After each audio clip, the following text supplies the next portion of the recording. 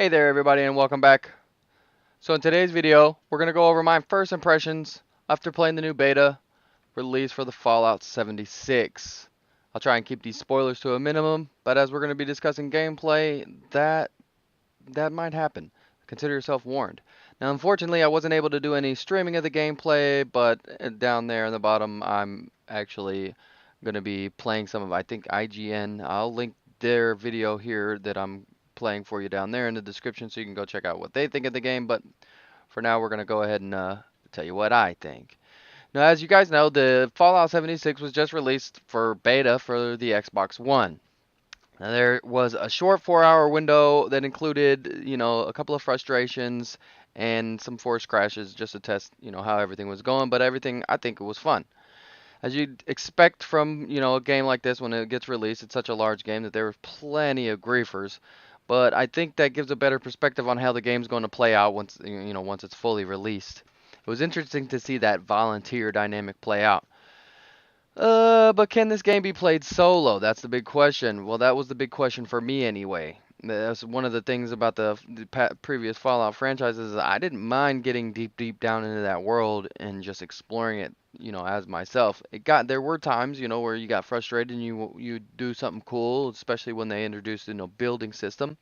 You'd get something built, get it built up badass, and then you couldn't show anybody. You could only show them clips and things of that nature, but you couldn't actually have them walk around. So I think with this way you can do a lot of that stuff. To me, it feels like you're better off playing as a party though. Bethesda says you can play it as a single player, which is true. Unfortunately, the structure of this multiplayer mode doesn't feel conducive to an enjoyable single player experience.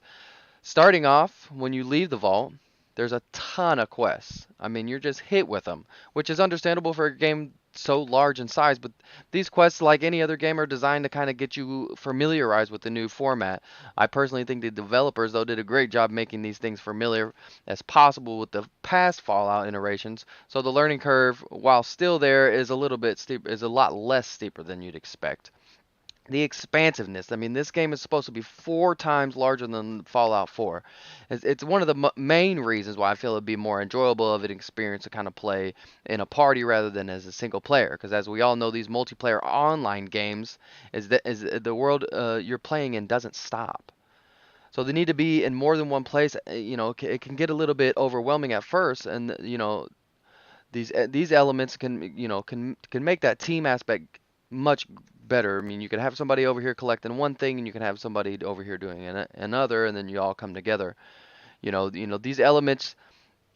They've added a few elements such as thirst and hunger, things that make foraging and picking up items strewn across a wasteland that much more important. And seeing that what Bethesda did with the building system in Fallout 4, I can see this aspect of the game becoming a little less annoying than it sounds. It might be a little bit getting used to, running supplies back and forth to camp can get quite tedious, but as you progress through the game, you can up and move the entire location of your camp, to get your hideout kind of closer to the action, which I think is going to be, pretty awesome. So there were a few changes that had to do with the multiplayer mode that kind of had me on it. As an avid Fallout gamer through all the other iterations of the game and all the other developers of the game, I got used to how the VATS worked, and as we all know, VATS it slows everything down. That's the most difficult part for me to get used to. You know, Fights break out, sorry about that. Fights break out much far faster and progress much faster and much more quickly than you'd expect. But with it being a multiplayer mode, and especially if you're in the party mode, there'd be, people hanging around. Pretty fun, easy for those guys to come swoop in and, and take care of everything. The interesting thing about that I was most curious about was this new perk system. Well, I think this player progression aspect of this whole thing, Bethesda has decided to use this card system, cards that are earned and then selected by the player, and it basically works like the previous system. You have all your attributes: strength, intelligence, dexterity, charisma, luck, and all that stuff.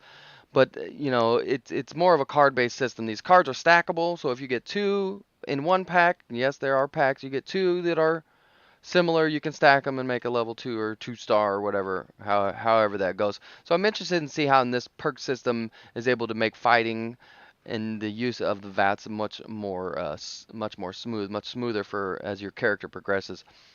What I didn't like though was that the system was kind of awkward and it was a little bit confusing. But again, these things, they're new, and that could just be me not being quite used to them yet. So the beta release was short, so getting to dive deep down into the game was a little bit difficult. But the way ZeniMax has decided to structure this beta, we'll have to wait and see until the servers come back up until we can get a little bit deeper down into that game. So I mean, other than that, the gameplay was really smooth. I mean, you'd expect some jitteriness because of the release, and they're trying to work out a little bit of the bugs. With the new VAT system, I wasn't able to determine or wasn't able to tell if it was me not being familiar with the VAT system or if it was the way it was actually performing in the game. But there were times when you can't really tell what you're locked on, what you're shooting at. I think the VATs you'll be able to the way it looks. Well, if you can go through limb and limb like you used to be able to, cycle from character to character like you used to be able to, but I think some of those might be, you might have to get those through packs and stuff like that.